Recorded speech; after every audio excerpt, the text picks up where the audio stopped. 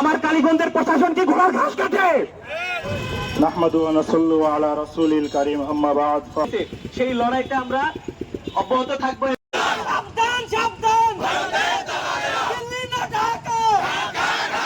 কোরআনের পাখি আল্লামা Delwar Hossain সাঈদীকে medical killing করা হয়েছে। ভারত বিরোধী কথা বলায় তাকে হত্যা করা হয়েছে। আজ আমরা দেখতে পাচ্ছি ওসমান হাদি, যিনি এই বাংলাদেশের কণ্ঠস্বর ছিলেন, জুলাই আন্দোলনের অকুতভয়ী সৈনিক ছিলেন, আজ তিনি ভারতীয় আধিপত্যবাদ বিরোধী কথা বলায় তাকে নির্মমভাবে হত্যা করা হয়েছে। আপনারা যদি মনে করেন এক হাদিকে হত্যা করলে এই ভারতীয় আধিপত্যবাদ বিরোধী শক্তি থেমে যাবে, তাহলে আপনারা বোকার স্বর্গে বসবাস করছেন। আমরা বলতে চাই, এক হাদিকে আপনারা শহীদ করেছেন ঠিকই, কিন্তু আজ লক্ষ লক্ষ হাদি শাহাদাতের তামান্না বুকে নিয়ে রাস্তায় নেমে এসেছে। আমরা স্পষ্টভাবে বলতে চাই, জুলাই অভ্যুত্থান পরবর্তীতে যে প্রশাসন সংস্কার হওয়ার কথা ছিল, সেই প্রশাসন আজ এই অবস্থায় রাখার কারণে আজ এই হত্যাকাণ্ডগুলো সংঘটিত হচ্ছে। আজ আমার কালীগঞ্জের বুকে আওয়ামী আমলে যারা পুলিশের দালাল ছিল, আজ আমরা দেখছি তারা পুলিশের সাথে ঘোরাফেরা করে, তারা পুলিশের দালালি করে। আমি ইতিপূর্বে কালীগঞ্জ থানার অফিসার এই বিষয়কে অবহিত করেছি, কিন্তু তারা এই বিষয়ে কর্ণপাত করেনি। তারা সেই সকল আওয়ামী দোষরদের নিয়ে চলাফেরা করে।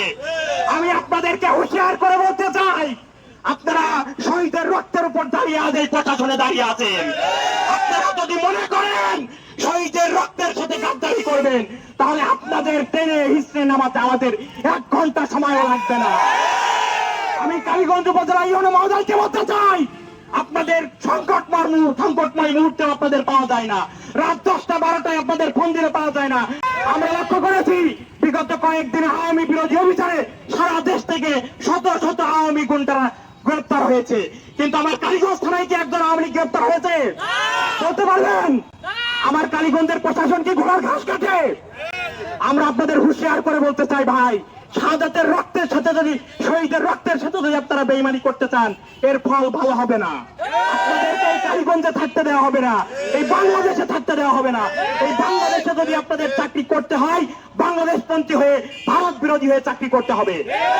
বাংলাদেশে যত ভারতের এজেন্ট আছে, আওয়ামী দোসর আছে, তাদেরকে গ্রেপ্তার করে বিচারের আওতায় আনতে হবে।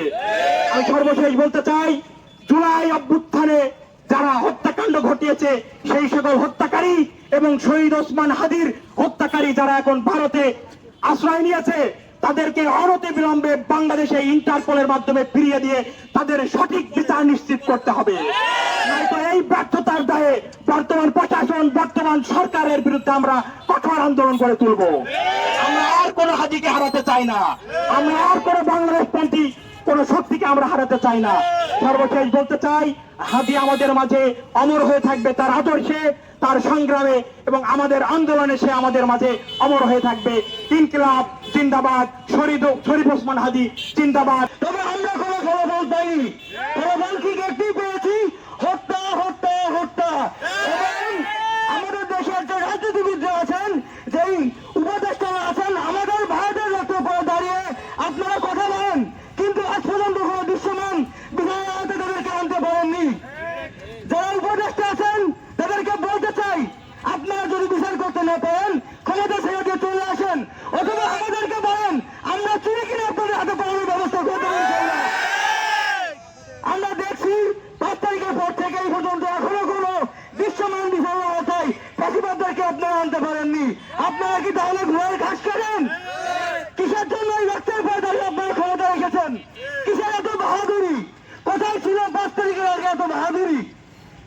যখন দেশ সংকটময় অবস্থানে থাকে, তখন আমরা দেখি না কোন উপদেষ্টাকে রাস্তায় এসে ছাত্রদের পক্ষে কিংবা সাধারণ জনগণের পক্ষে কথা বলতে।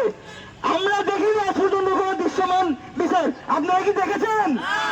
মাননীয় উপদেষ্টা, মাননীয় স্বরাষ্ট্র উপদেষ্টা, আইন উপদেষ্টা, আপনাদেরকে স্পষ্টভাবে বলতে চাই, আপনারা রক্তের সাথে বেইমানি করবেন না। তাহলে ছাত্র সমাজ আবার যদি মাঠে ফিরে আসে, পালানোর পথ খুঁজে পাবেন না। দেশের মানুষ আজ বড়ই শোকাহত, তাদের মানসিক অবস্থা খুব বেশি ভালো না। আজ হয়তো এখানে যদি আমরা হাজার হাজার লোক একত্রিত করতাম, তাহলে কোনো অনাকাঙ্ক্ষিত ঘটনা ঘটতে পারত। আপনারা গতকাল ঢাকায় দেখেছেন মানুষের রাগ ক্ষোভের কারণে অনেকগুলো বিচ্ছিন্ন ঘটনা ঘটে গিয়েছে। আমরা চাইনি আমাদের কালীগঞ্জে এমন কোনো ঘটনা ঘটুক। আমরা যদি হাজার হাজার লোক আজ পাইতাম, এখানে সফল করেছেন